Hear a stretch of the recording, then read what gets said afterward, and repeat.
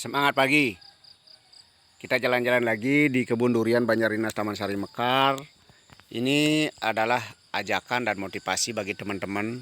Sekarang sudah mulai musim hujan. Ayo kita tanam durian apabila punya lahan ya, lahan sempit tidak usah terlalu banyak, tanamnya 1-2 pohon teman-teman. Ini sebagai motivasi. Ini durian saya ini 4 tahun lebih sedikit ya. 4 tahun lebih sedikit, kalau dilihat dari tingginya sudah hampir 5 meter dan sudah berbuah teman-teman. Sudah belajar berbuah. Ini durian kani. Teman-teman semua, kalau hanya menanam 1-2 pohon ya, 1-2 pohon ya biayanya tidak begitu banyak. Perawatannya juga lumayan sangat ringan teman-teman. Yang penting dengan catatan kita punya air ya, airnya cukup. Ya, masalah pupuk masih bisa diusahakan ya, pelan-pelan dengan biaya-biaya yang sangat murah teman-teman. Pupuknya kita tidak fanatik ya, mau pupuk apa yang penting bisa dipakai untuk pupuk ya, contohnya NPK Ponska yang subsidi itu kita gunakan ya, sering kita gunakan dan lumayan juga perkembangannya teman-teman. Kalau bisa ya beli yang lebih mahal ya lebih bagus lah gitu.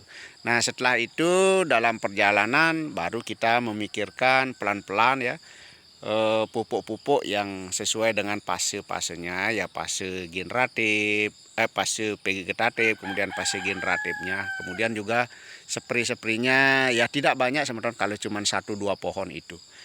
Selain itu juga mungkin kalau kita sedikit dana juga, kalau punya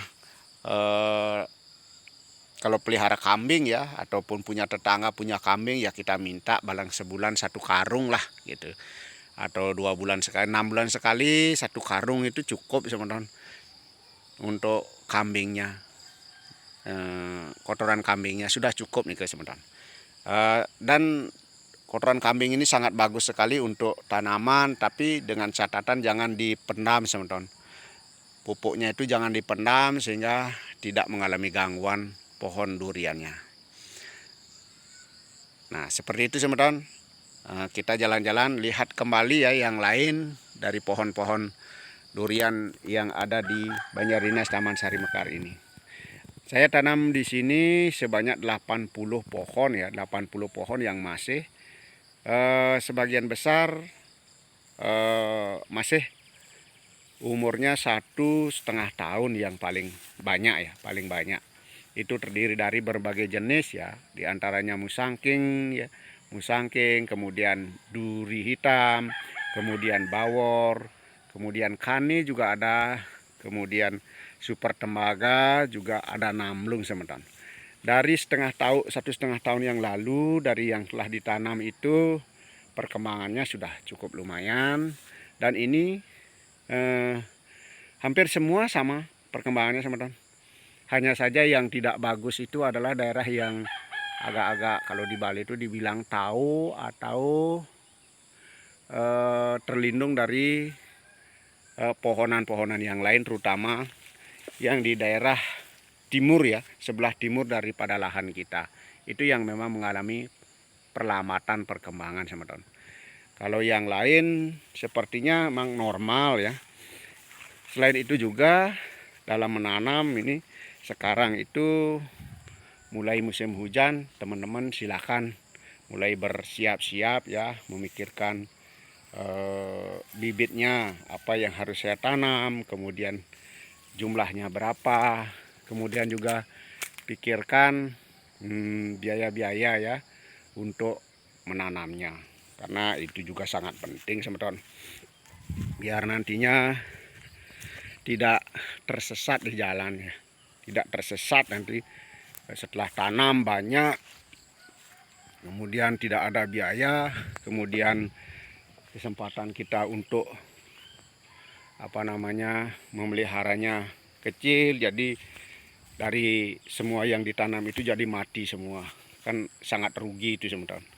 Rugi bibit, rugi tenaga, juga rugi pikiran yang terpenting itu. Agar tidak seperti itu teman-teman, pikirkan matang-matang, rawat dulu yang sedikit ya, 1-2 pohon saja. Kalau sudah perkembangannya bagus, kita paham dengan cara merawatnya, apa kelebihan dan apa kekurangan pohon durian itu, baru kita tanam kembali. Tidak terlambat kawan-kawan, yang penting keinginan ada. Tidak ada kata terlambat teman-teman. Walaupun kita mungkin sudah umurnya di atas 50 tahun, sepertinya juga tidak masalah teman-teman. Mungkin kita akan berderma kepada alam, kemudian anak cucu kita nantinya teman-teman. Ini durian kani ya. Ini sudah, nah kalau ini sudah cukup tua, ini umurnya 6 tahunan. Dan sudah juga berbuah.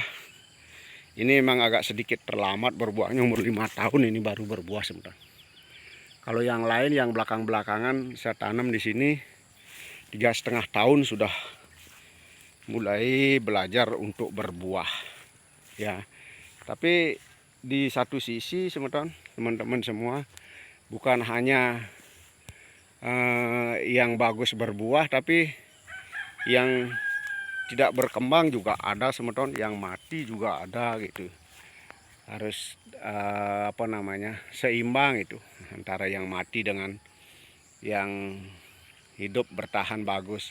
Namun jumlah yang mati itu ya setidaknya cuma 5% lah. 5% itu yang tidak bagus.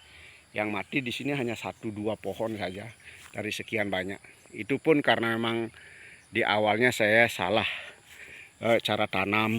Karena tanamnya saya buat lubang, kemudian letaknya sangat di bawah sebenarnya. Sehingga tidak gini, setiap musim hujan itu terendam sama air. Itu yang di awal-awalnya menyebabkan mati. Kalau yang lain-lain yang belakangan, dari semua yang saya tanam di sini, satu pun tidak ada mati sebentar. Hanya saja memang mengalami perlambatan yang seperti saya ceritakan tadi, yang di daerah-daerah terlindung dari sinar matahari pagi itu. Yang tahu ya, itu yang memang sedikit perlambatan. Termasuk juga yang lain ya, alpukat itu yang kita tanam dengan serba-serbi yang ada di sini tuh lumayan cukup bagus perkembangannya sebentar. Termasuk mangge seperti ini ya, itu lumayan. Setelah kita tanam ya kita rawat semaksimal mungkin, dan ya cukup baiklah perkembangannya sampai saat ini. Teman-teman jangan takut menanam ya. Jangan takut menanam, jangan takut mencoba. Karena sekali gagal, maka kita dijanjikan keberhasilan yang berkali-kali seperti itu. Makanya teman-teman, ayo kita bertani, karena saya yakin dengan bertani ini salah satu profesi yang tidak akan pernah mati, teman-teman.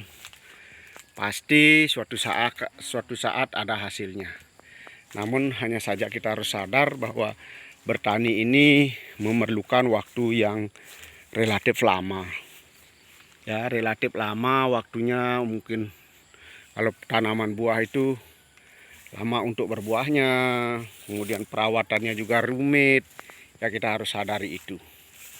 Nah, kalau itu sudah lama ya, berkebun itu memang kadang-kadang kita bosan, menyelimuti hati kita ya. Kita lihat tanamannya tidak berkembang, jadi kita stres sedikit ya, kadang-kadang seperti itu. Tapi jadikanlah itu sebagai motivasi. Teman-teman silahkan lihat vlog-vlog ya, yang berisi suka duka perawatan durian di tempat orang masing-masing, sehingga kita tidak terpaku dengan diri kita sendiri yang kemungkinan perkembangan daripada tanaman kita kurang bagus. Ya, tidak membuat diri kita menjadi stres teman-teman semua. Ini adalah durian amlung ya. Udah juga perkembangannya lumayan. Nah, ini lokasi ini adalah lokasi tempat yang ditanam nih 1,5 tahun nih rata-rata. Tapi ada juga yang tidak bagus teman-teman. Dan yang bagus juga ada seperti itu. Tapi rata-rata hampir 85-95% ini bagus semuanya. Seperti ini. Ya, ini durian super tembaga ya. Menurut yang jual itu super tembaga. Nah, ini